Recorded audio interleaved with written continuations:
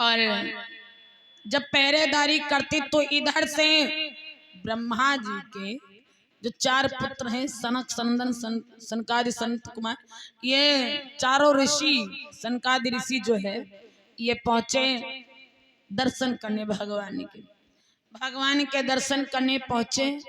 तो ये लोग पहरेदारी पे थे। उन्होंने कहा कि तुम अंदर नहीं जा सकते। इन्होंने कहा भैया हम साधु आदमी, जाने दो हमको, और हमने आपका बिगाड़ा भी क्या, हमें जाने दो भगवान के दर्शन करने।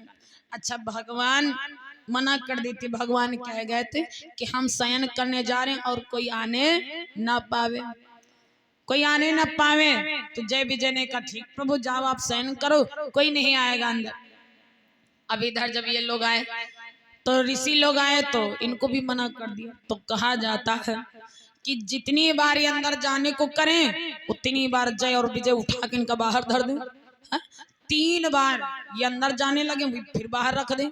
तो 3 बार जब उठा के बाहर रख दिया तो महात्मा को क्रोध आ गया। तो उन्होंने कह दिया कि 3 जन्म तक भूमि पर रहो पिशाच समान।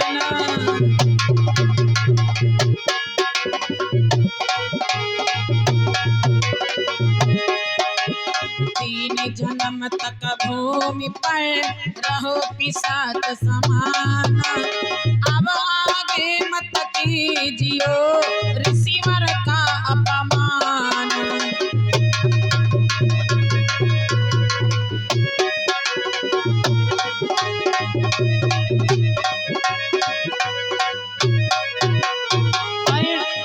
इसलिए कहा जाता महाराज, जो कोई जैसा करे अंगारी पाछे पावेगा। भैरव पेड़ बबूलयाम के फल क्या खावेगा। भैरव पेड़ बबूलयाम के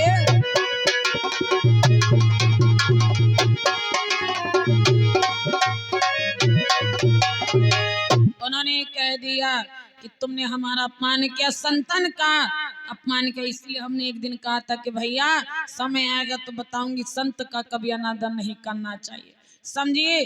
3 बार उठा के बाहर किया, ठीक है। 3 बारों के लिए उन्होंने कह दिया कि 3 जन्म तक भूमि पर रहो पिशाच समान। 1 जन्म नहीं, 1 कल्प की बात नहीं करी, 3 जन्मों की बात करी कि 3 जन्म तक भूमि पर रहो पिशाच समान। अब आगे मत कीजिए ईश्वर का अपमान। उन्होंने कहा 3 जन्म तुम्हें लेने पड़ेंगे। अब जब इतना सुना तो बहुत दुखी हो गए महाराज, बहुत दुखी हो गए कि हमसे तो बड़ी भूल हो गई, माफी मांगी। तो उन्होंने कहा कि श्राप तो अब कम नहीं हो सकता, कि जो बीत गई सो बीत गई, तकदीर का शिकवा कौन करे। जो तीर कमान से निकल गई उस तीर का पीछा कौन करे। अब पश्चाताप करने से कोई फायदा नहीं। उन्होंने कहा जो हमने श्राप दिया वो तो फलित होके रहेगा। और जब माफी मांगी तो कह दिया कि आप 3 जन्म तक राक्षस तो होंगे लेकिन बहुत बलशाली होंगे। जब बहुत बलशाली होंगे, बहुत अधर्म करोगे तो तुम्हें मारने के लिए डायरेक्टली भगवान को धरती पर अवतार लेना पड़ेगा। तो परमात्मा के द्वारा तुम्हारा उद्धार होगा।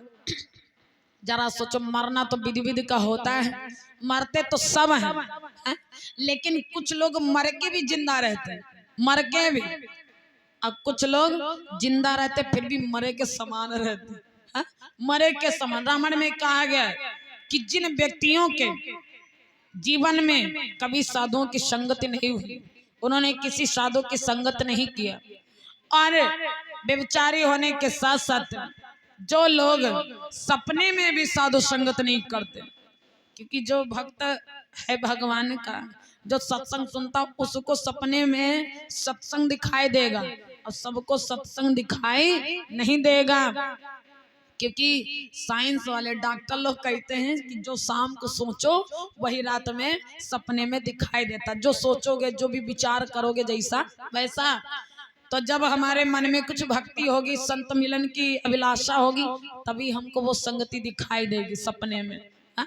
और जो नहीं दिखाई देती, सपने में भी संत संगति को प्राप्त नहीं होते, वो जिंदा होने के साथ साथ में मरे के जैसे उनको माना जाता है कि हैं तो जिंदा लेकिन मरे के समान है।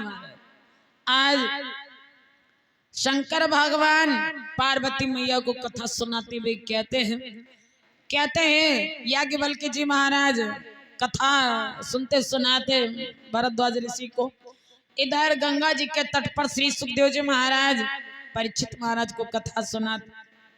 उन्होंने कहा 3 जन्म तक श्राप दे दिए, और जब श्राप दे दिया तो पहला जन्म कहा जाता है रावण और कुंभकर्ण के रूप में मिला, और अगला जन्म हिरण्यकश्यप और हिरण्यक्ष के रूप में मिला। हिरण्यकश्यप और हिरण्यक्ष